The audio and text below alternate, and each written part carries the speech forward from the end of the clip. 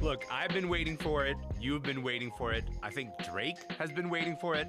After back-to-back disses from Drake, all eyes were on Kendrick Lamar's next move. He has finally responded. Today on the show, should Drake just give up right now and just stop rapping?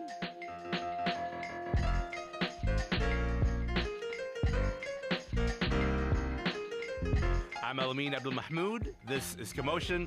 All right, get in here. Kendrick Lamar dropped a new diss track in his ongoing feud with Drake. We should note, this round of the beef was started by Kendrick himself back in March. You probably heard this already, but you know what? Here's a bit of Euphoria. You're not a rap artist, you're a scam artist with the hopes of being accepted. Tommy Hilfiger stood out, but FUBU never had been your collection. I make music that electrify 'em, you make music that pacify 'em. I can double down on that line, but spare you this time. That's random acts of kindness. Know you're a master manipulator and habitual liar too. But don't tell no lie about me, and I won't tell truths about you. Here's the thing. That's the most playable part of the Kendrick diss on the radio. That's the only part we can play on the radio. That's a bit of Euphoria, Kendrick Lamar's highly anticipated response diss to Drake. Kendrick dropped that on Tuesday. I would say that rap fans have been reeling ever since because this man took Drake to the cleaners. Dalton Higgins, David Dennis Jr. are two veteran hip-hop heads. They've got a lot to say about this. They're here now. Dalton, David, what's going on, y'all? Welcome to the show. Thanks a lot, man. Happy to be here. Hi, Yes. There's a lot to get into. Dalton, I'm going to start with you on this. What was your reaction when you first heard Kendrick's diss to Drake, Euphoria? Yeah, totally. I mean, my knee-jerk reaction was, perhaps Drake needs to take a page out of J. Cole's notebook and start crafting an apology for dissing Kendrick Lamar and keep it moving. Like, who wants to deal with, this kind of levels of smoke? You know what I mean? Yeah. But in all seriousness, I mean, I think Kendrick kind of put on display, why he wins things like the Pulitzer Prize. On the track, he just. Yes. Yeah, exactly. You know what I mean? He just clinically, dissects, deconstructs Drake in a way that few rappers can or would even dare try, And I think, this idea, I mean, he pretty much, he questions Drake's reason for being, his commitment to parenting, you know what I mean? His attachment to the Black community, his misogyny, his business acumen, his spirituality, like, you know what I mean? Like, I just don't know how you even respond to something like this, Yeah, it's an overwhelming response. I mean, like the way that this worked is, David, we had that first initial Kendrick diss, and then, a response from Drake, and then another response from Drake. And then you were on this very show talking about the last response from Drake. And we were like, well, what's Kendrick going to do? Is he going to do anything? He seems to be moving in silence at the moment. And then he comes out with Euphoria. Let's talk about just like diss to diss. Let's compare Euphoria, Kendrick's diss track, to Tailor-Made Freestyle, which is the last Drake freestyle that he gave us. How do the two stack up against each other?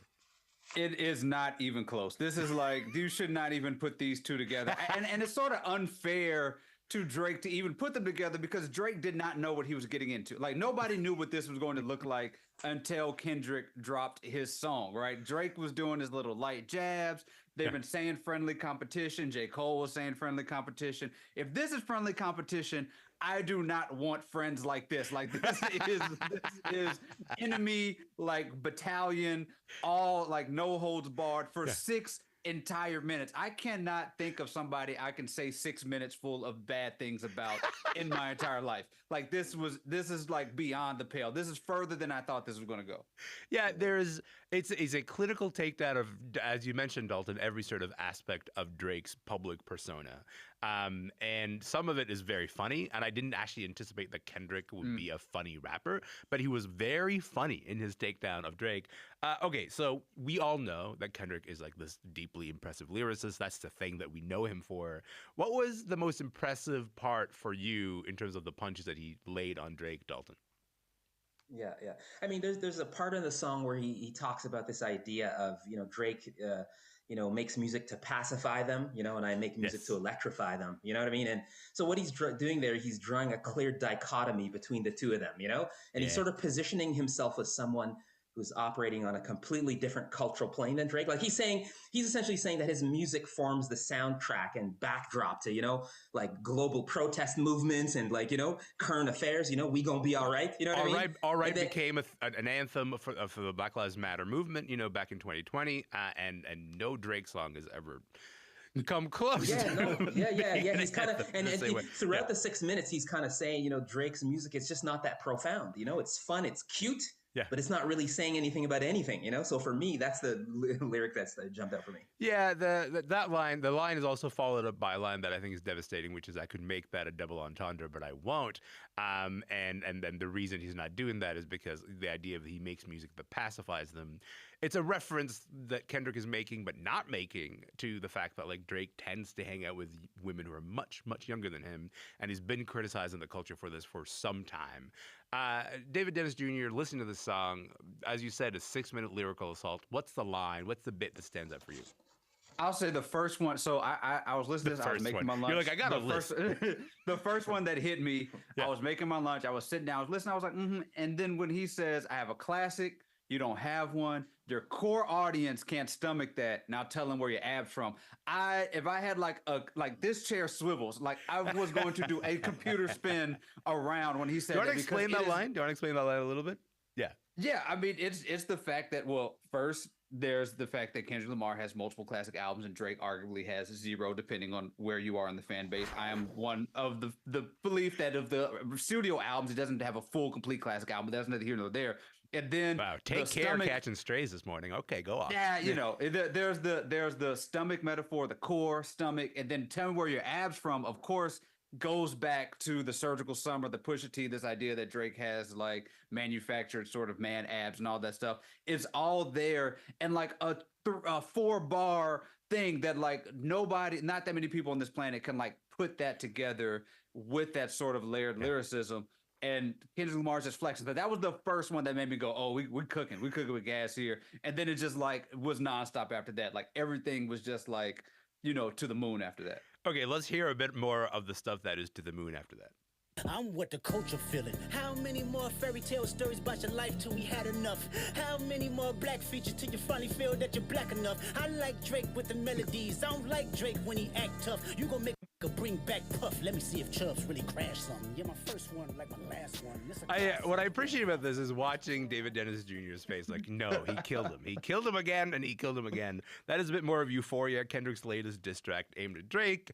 My name is Elamin Abdul Mahmoud. Listen, we got Dalton Higgins here, David Dennis Jr. here. Dalton, there is one jab that both Kendrick and Rick Ross, who was also involved in this feud, have repeatedly made at Drake, and it's this idea that is centered around Drake's blackness. It keeps coming back up again and again in beefs with Drake, right? I mean, Kendrick went as far as to say, like, when Drake uses the N-word, it's really cringeworthy. And he sings about it at the very end. And it's one of the funniest things I've ever heard on a track. But what do you make of the fact that they keep sort of coming back at Drake's blackness as something to attack him for? Yeah, totally. I mean, I want to flag wave. I want to do the "Oh Canada" thing, and I was born and bred in Toronto, like Drake. But I just can't. I'm sorry, fellas. This is the reality. Those that are his closest collaborators, his mother, his creative director, his producer 40 Oliver, they are non-black. Yeah. Okay. And it's just always interesting to me, as we discuss who has the right to say the N-word, as we know that the N-word is so deeply ingrained in hip hop culture. Sure. And we do take people to task for using it, and it's usually based on their proximity to blackness. Now, he just has a ton of songs where he's using the N-word. He has some old tracks that a lot of American listeners might not know, one called Nigga Like Me.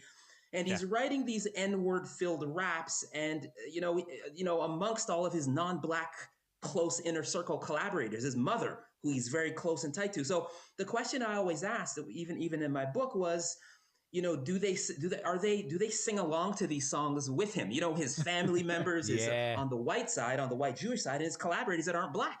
Or do they feel it's cringeworthy? Do they themselves use the N word? You know what I mean? And what are the implications around that? Right. So a lot of the big questions remain to be answered there. Raising discomfort, being like, Drake, listen, man, I know that you're a really big rapper, but can you please stop using the N word? Like I felt the discomfort just like listening to that line, David. Like, what did you make of it? What do you make of this line of attacking against Drake? Yeah, I mean, there is a low hanging fruit aspect of like Drake, white mother, you're not real black, like white, like Rick Ross called him white boy, right? But Kendrick goes further, and he's not just saying, "Hey, you're light skinned, you got a white mother." It's like these are the things that you're actually doing that make it uncomfortable for you, for me to say that. Like he's taking it a step further and saying that you've come to Black American culture and you have sort of, and just gotten in with black people from black cities, Memphis and Houston, all that stuff, and gotten to the slang and the culture, and you're using that as a costume.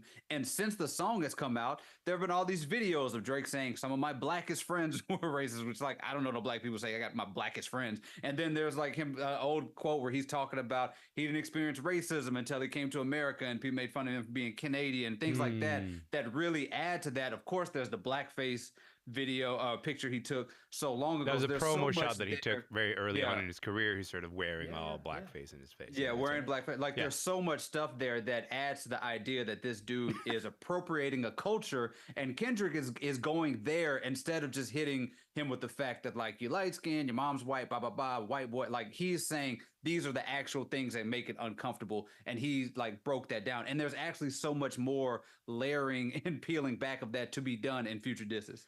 Go ahead. And just quick, I mean, the clip that's circulating on the web where he says the N word with a hard R, right?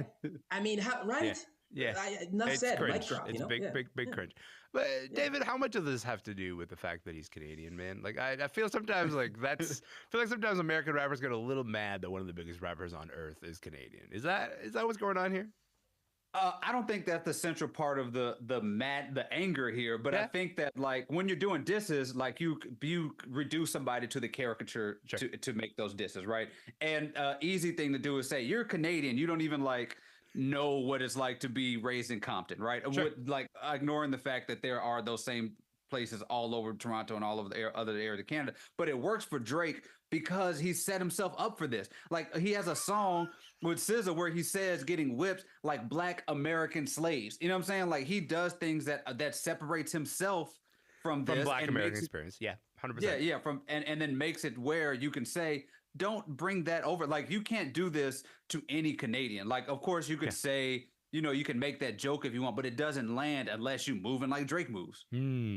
Well, we now have to sort of like ask this question. We have to look at this moment and go, all right, the ball is clearly in Drake's court because I don't know what else, Kendrick can say at this moment. He's said so much that, and I'm not even sure that Drake can say anything that can return a blow that is as hard as this one. Dalton first, then David Dennis Jr. What are you expecting from the next move here, Dalton?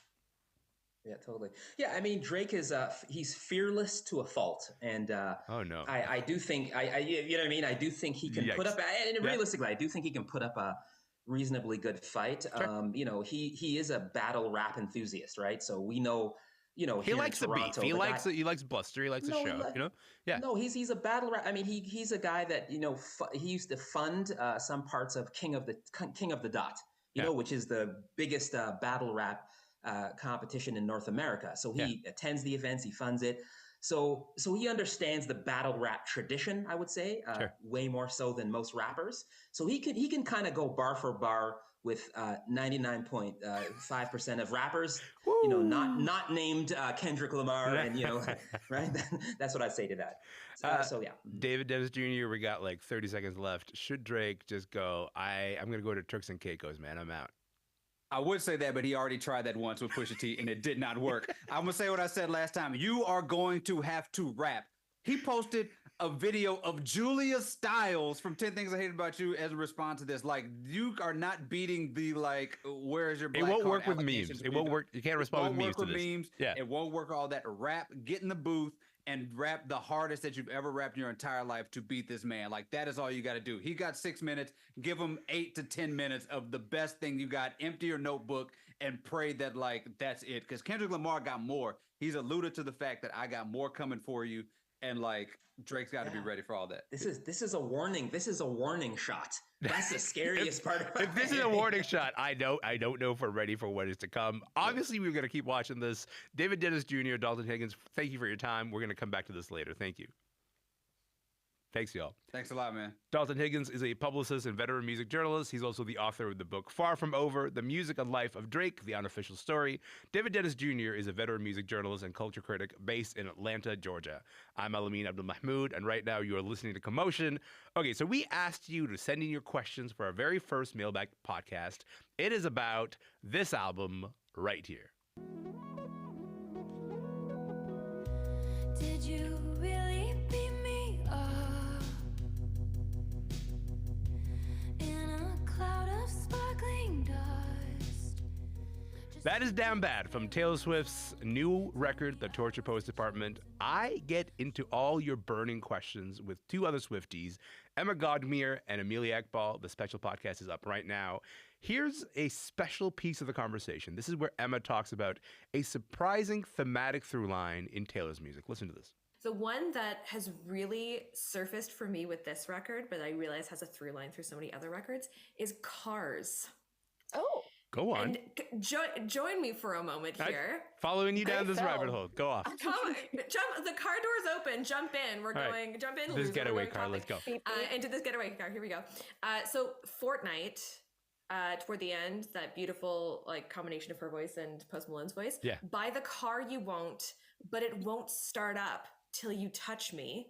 Ooh. You want to go back to Reputation for a second with King of My Heart. Yeah. All the boys in their expensive cars with their Range Rovers and Jaguars never quite took me where you do. Yeah.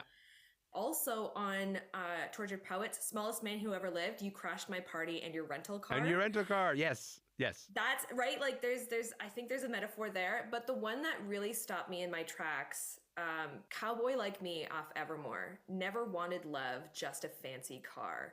Ooh. I have gone back to that song with a totally different perspective. And I think this plays into the lore that she builds herself. We are serious about the lore that Taylor builds herself. The lore, the cars, we get into all of it.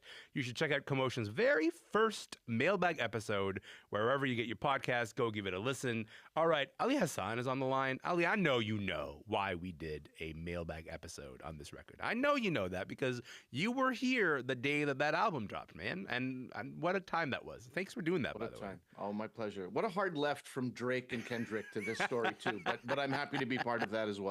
You're actually not here to talk about Taylor Swift. You're here to talk about something else. We're here to talk about Jerry Seinfeld. Jerry Seinfeld, by the way, turned 70 this week. He's been talking a lot about how, so-called woke culture is killing television comedy, how it's destroying the movie business. All this came up during this press tour for this new movie that he's got coming out tomorrow. It is a movie called Unfrosted. It is about the invention of Pop-Tarts. I'm not sure why anyone needed that movie, but Ali, do you want to get into it? Shall we do it?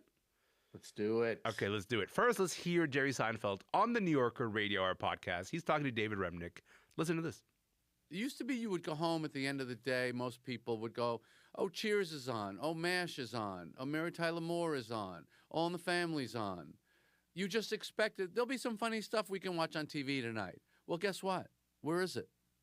Where is it? This is the result of the extreme left and PC crap and people worrying so much about offending other people. Mm-hmm. Now they're going to see stand-up comics because we are not policed by anyone. The audience polices us. We know when we're off track. Mm-hmm. We know instantly, and we adjust to it instantly.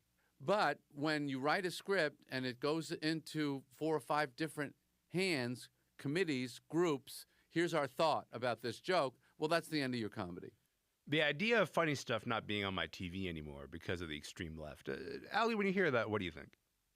I think that conversation shouldn't come from Jerry Seinfeld is the first thought I have. I really thought it was quite funny that one of the most, purposefully inoffensive comedians of all time was talking about the old, you can't say anything anymore. Just relax, buddy. Okay, all right.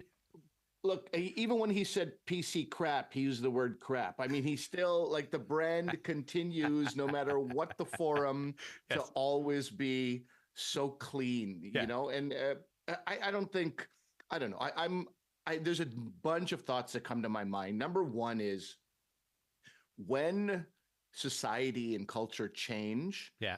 it's adapt or die. And I think he's having trouble adapting a little bit. But I also think the cynic in me, because I trust no one, Elamin. I trust no one. I I see don't that even know about if you. I trust you. You You could be shouldn't. Michael Enright, and then you pull off a mask. Yeah, it's a Michael Enright the whole time.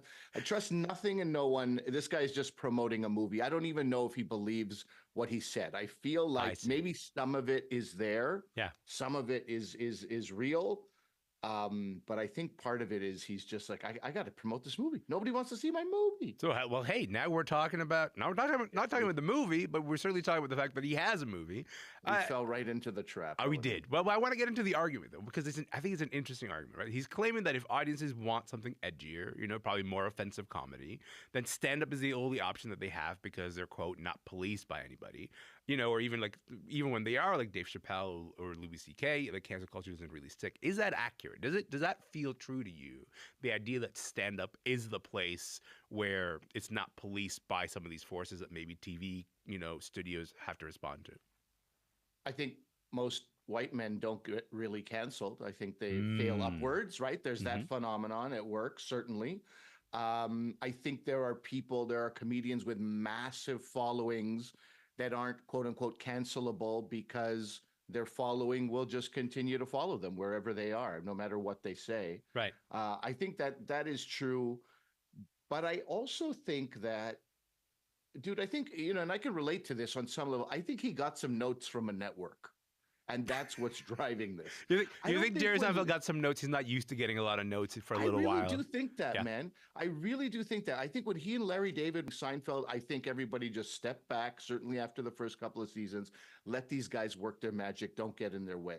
Yeah. The last thing he did on this scale, and it wasn't exactly on the scale of Unfrosted, was B movie, which he wrote and produced. So everyone around him is just lucky to be part of the Jerry Seinfeld project. B movie is also a children's movie, and it's an excellent movie. It's also a children's movie, so you'll have a few less notes. He's already inoffensive. Sure. Nobody's saying, Jerry, can you take out the line about murder so that the children aren't offended? Nobody's. I think he got some notes because now he's lucky to be part of this. Whoever's producing Unfrosted. Also, if you look at the cast of Unfrosted, I have never seen, this idea of "and the list goes on." Yeah. You will never see an example of "the list goes on." You start naming how many people are in. Everybody's in this movie. Insane. And yet you the name trailer, that person, they're in it. I'm not gonna lie to you. Personal opinion, trailer. I watched that trailer and go, I didn't laugh once at the trailer. I hope that the movie has a few more laughs than this. But that remains to be seen. I'm offended that you said that. I'm offended that I haven't no skin in this game. But the reason I want to talk about this though is I want to talk about the substance of the idea that hey, studios are so reluctant to do anything that will offend the extreme left, which is why stand-up comedy is like this last bastion of free speech. You pitch TV shows, and then you're also a stand-up comic. Do you feel like that comes out in your experience, like in terms of your own experience of navigating these two supposedly different worlds? I mean, I think people are scared and people worried about offending, but also, you're talking to a guy who I don't really want to offend people. That's not what I aim to do. There's something about pushing the envelope of the way you think, the way you perceive something. Sure. But I grew up in a home. My sister has an intellectual disability and wears hearing aids. Maybe it's because of that. I don't enjoy this idea of punching down, which is actually why we're talking about Jerry Seinfeld. We're punching up, Elamin. That's what we're doing right here. I don't know. I don't live to offend. It doesn't give me a ton of pleasure to offend people unless you're doing it in a trusted circle. Then you can have a lot of fun with that. Sure. But yeah, I don't know. I don't think